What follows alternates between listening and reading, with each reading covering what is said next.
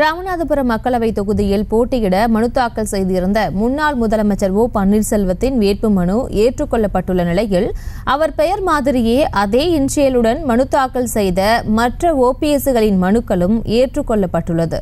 இது தொடர்பான விவரங்களை எமது செய்தியாளர் பூபேஷ் வழங்கிட கேட்கலாம். பூபேஷ், வணக்கம். மேலும் விவரம்.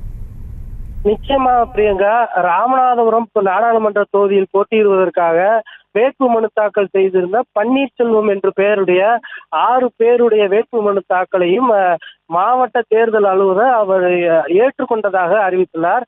குறிப்பாக தற்பொழுது நாடாளுமன்ற தேர்தலுக்கான வேட்பு மனு தாக்கல் முடிந்து அந்த வேட்பாளர் தீவிர வாக்கு சேகரிப்பு ஈடுபட்டுள்ளனர். ராமநாதபுரம் நாடாளுமன்ற தொகுதியை பொறுத்தவரை முன்னாள் முதல்வர் ஓ பன்னீர்செல்வம் இந்த பகுதியில் போட்டியிடுவதாக அறிவித்துள்ளதை தொடர்ந்து இந்த பகுதி முழுவதும் தேர்தல் களமானது சூடுபிடிக்க தொடங்கியுள்ளது.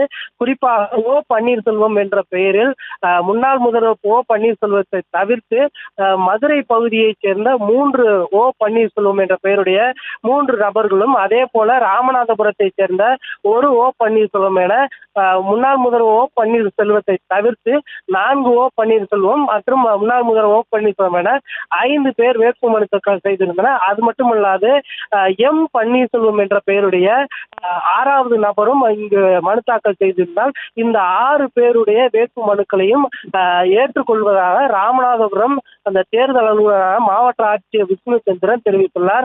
ராமநாதபுரம் பாராளுமன்ற தொகுதியில் போட்டியிடக்கூடிய 6 பன்னீர்செல்வமும் சுயேட்சையாக போட்டியிடக்கூடியது குறிப்பிடத்தக்கது. இந்த பகுதியில் 6 பேரும் ஒரே பேருடைய 6 பேரும் சுயேட்சையாக போட்டியிடுவதால் ராமநாதபுரம் நாடாளுமன்ற தொகுதியானது கூடுதல் பரபரப்பு ஏற்பட்டுள்ளது.